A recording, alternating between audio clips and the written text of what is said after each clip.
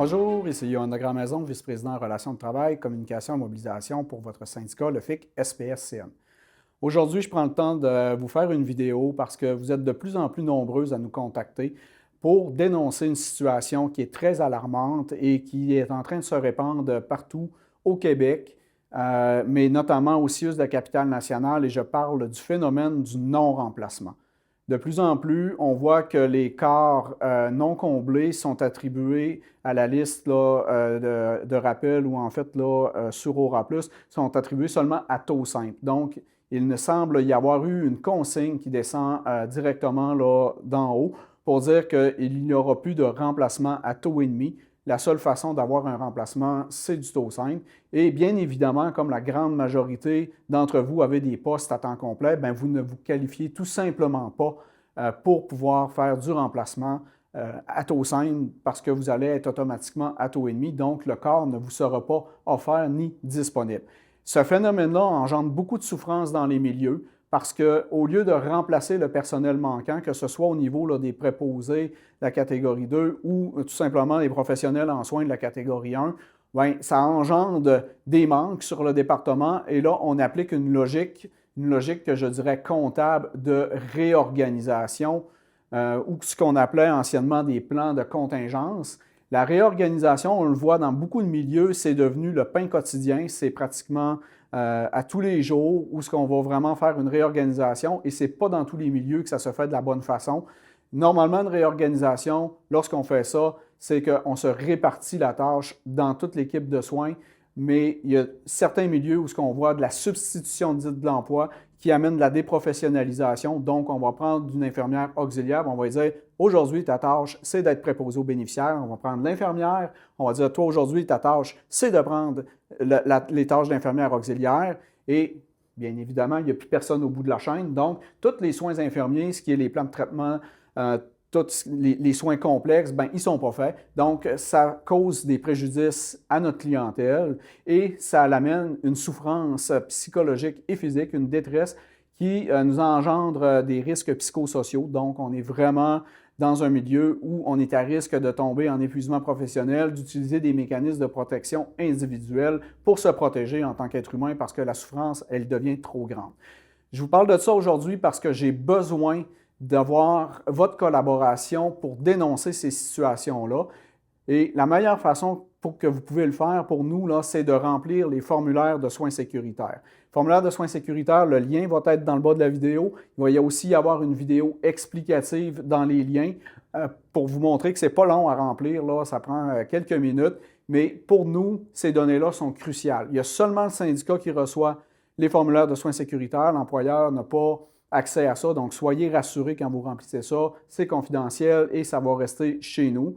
Mais pour nous, c'est très important parce que ça nous permet d'avoir une cartographie complète de où se fait le non-remplacement, où se fait les réorganisations, où se fait les substitutions de titres d'emploi. Et c'est partout, c'est pas juste dans les CHSLD. On a tendance à penser souvent que c'est là que ça se passe. Oui, la grande majorité, c'est là. Mais c'est aussi quand que vous avez au soutien à domicile des doubles charges, vous avez de plus en plus de cas. Il y a on vous demande de faire des choses qui ne font pas de sens. On envoie aussi à la liaison où ce qu'on pousse de plus en plus sur les infirmières pour sortir des patients, mais on ne remplace pas les absences. Donc, c'est dans tous les milieux. J'en ai dans les urgences, j'en ai dans différents centres d'activité. Donc, c'est très important de remplir les formulaires de soins sécuritaires parce que plus on va en avoir, plus on va être argumenté, plus on va avoir du poids pour faire pression à l'employeur et voire même faire des actions beaucoup plus larges. C'est un phénomène qui est en train de se répandre au Québec, donc il va y avoir une coordination nationale à cet effet-là pour qu'on puisse mettre fin à ce phénomène-là que je qualifierais de nouveau TSO dans le réseau. Donc, très important de remplir ça. Puis aussi, bien, ça va nous aider pour notre lutte. Vous savez, on veut aller vers des ratios sécuritaires. Il y a plus en plus de provinces canadiennes qui adoptent des lois ou ils mettent ça dans les conventions collectives pour avoir des projets de ratios sécuritaires. Ça fait des années à la FIC qu'on essaye de l'instaurer. Les différents gouvernements nous font toujours des promesses, mais ça ne s'est jamais mis en action. Il est grand temps. Il y a des élections à l'automne. On va commencer à faire de la pression. Mais pour avoir justement des arguments, parce que souvent ces gens-là ne parlent qu'en chiffres et sont dans une logique comptable impitoyable, mais plus vous allez remplir ces formulaires-là, plus ça va nous donner du pouvoir justement pour pouvoir dénoncer des situations. Donc, je le répète, super important, ça vous appartient à tous de faire quand vous avez des situations complexes ou des soins pas faits. Je vous invite quand même là, à faire des AH 223 s'il y a des situations là, où il y a eu des incidents, accidents, des déclarations de situation dangereuse à la PGR, mais le formulaire de soins sécuritaires, pour nous, c'est une arme qui va être très, très, très, très, très redoutable pour pouvoir faire pression chez l'employeur. Dernière petite chose en passant, on a reçu le nouvel article promotionnel de la FIC.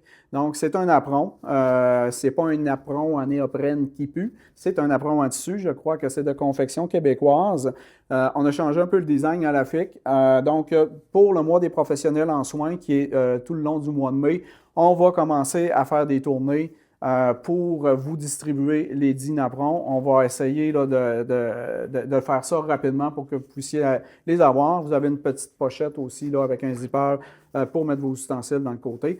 Donc, c'est un objet de reconnaissance pour tout le travail que vous faites sur le plancher. On sait à quel point le réseau de santé publique ne tient que par vous à bout de bras. Mais là, on est très, très, très, très, très inquiète de voir actuellement que là, on n'offre plus de temps supplémentaire, on n'offre plus de main-d'œuvre pour pouvoir y arriver. Donc, il faut vraiment le dénoncer. Donc, j'attends vos formulaires de soins sécuritaires. Puis, s'il y a quoi que ce soit, vous pouvez me contacter, vous pouvez m'écrire, que ce soit sur Teams, sur Facebook.